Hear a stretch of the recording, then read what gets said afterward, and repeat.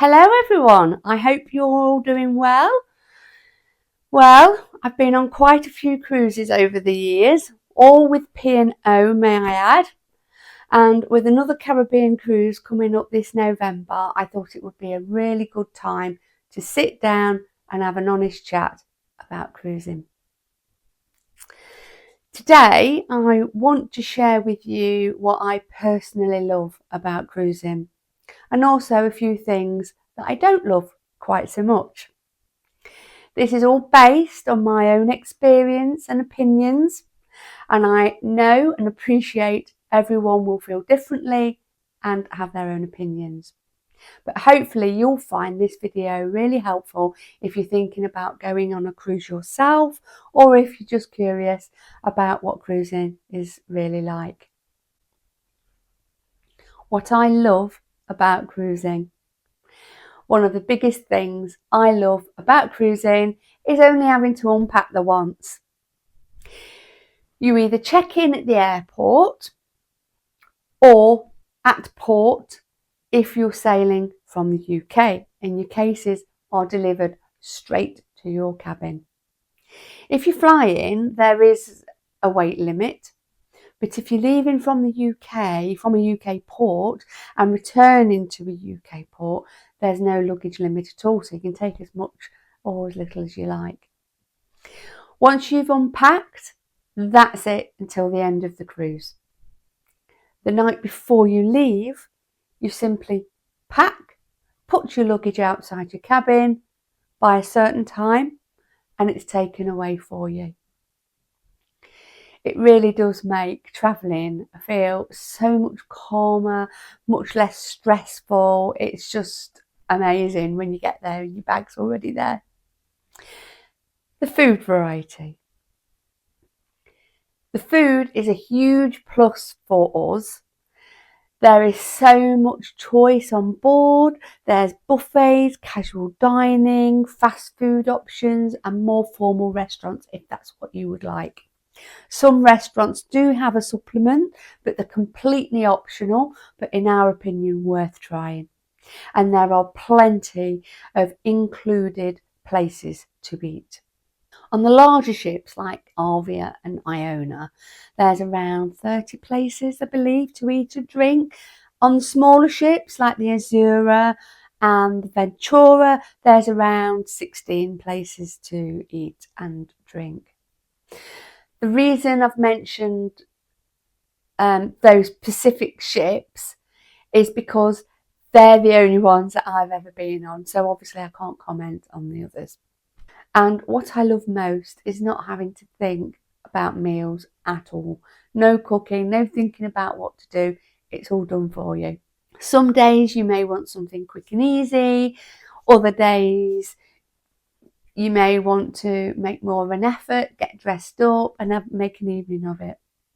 There is always something to suit how you feel on that particular day. Having your own cabin space. Now, I really value having our own cabin space. There's different cabin options depending on your budget and your preference. Inside cabins are the cheapest, but they're absolutely fine if you just want a base. Window cabins vary in price depending on whether the view is obstructed or not. Balcony cabins are lovely as well, obviously come at an extra cost if you want that extra space and fresh air. On some ships, mainly the bigger ships, you can also book a conservatory suite, which is what we had the last time we went, and we have booked it again for our upcoming cruise this November on the Arvia. We do spend time in our cabin, and having that extra space makes such a difference to how relaxed we feel. There are also full suites, which are the most expensive options, with separate rooms, i.e. separate bedrooms, separate lounge, etc. Over time, I've realised that choosing the right cabin really does affect the whole cruise experience. One of my favourite things about cruising is waking up somewhere new. Each morning you open the curtains and you're in a completely different place. Every destination has its own culture, its own feel, and its own atmosphere. It really is amazing waking up somewhere new every morning. It's such a lovely way to travel because you get to see so many places without constantly packing and unpacking. Feeling safe and looked after. I've always felt extremely safe on board.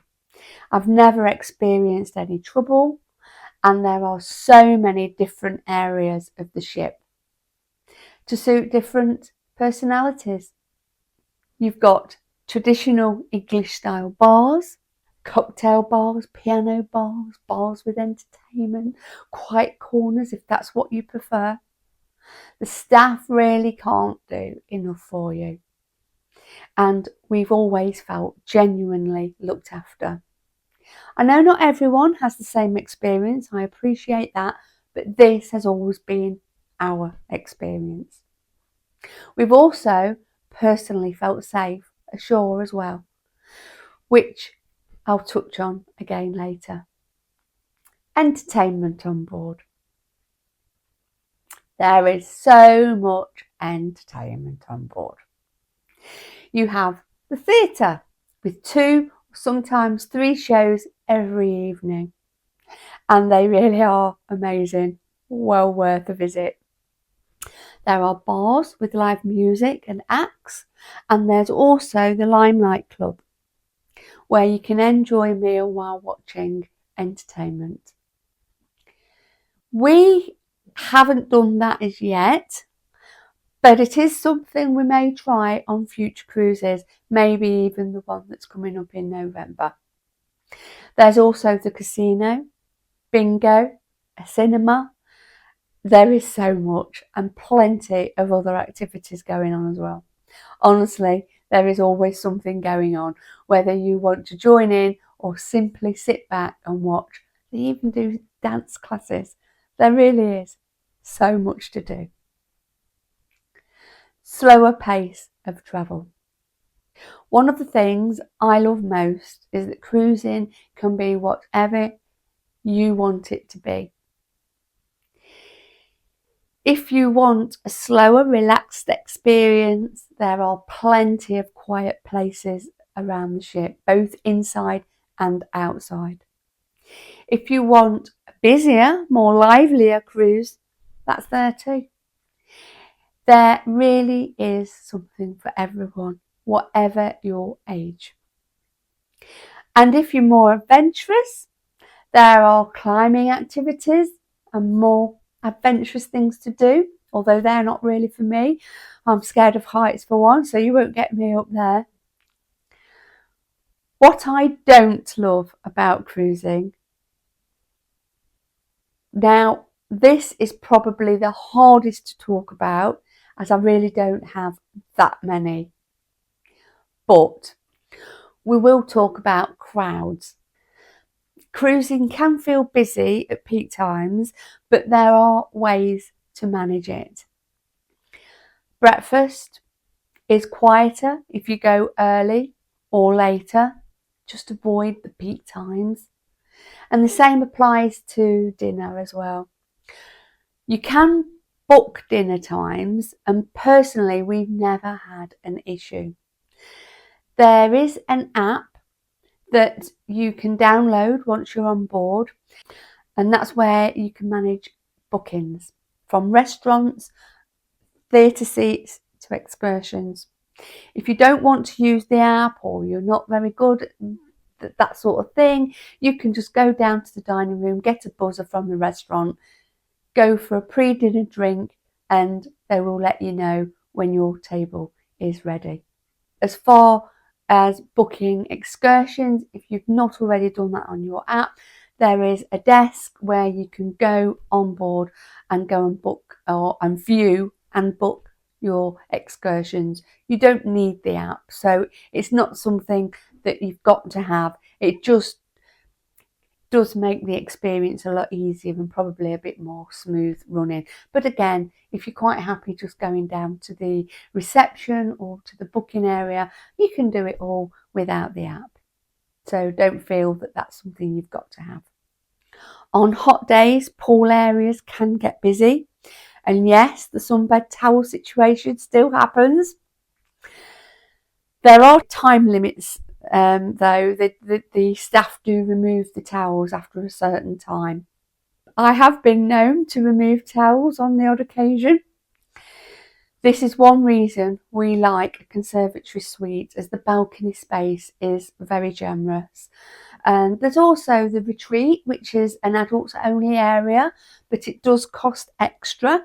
I have done it once and I absolutely loved it. But it is expensive and does vary from ship to ship. Excursion prices. Ship excursions can be or are expensive. Many trips can be done independently for a fraction of the price. The benefit of ship excursions is that they do occasionally have trips that you can't get independently.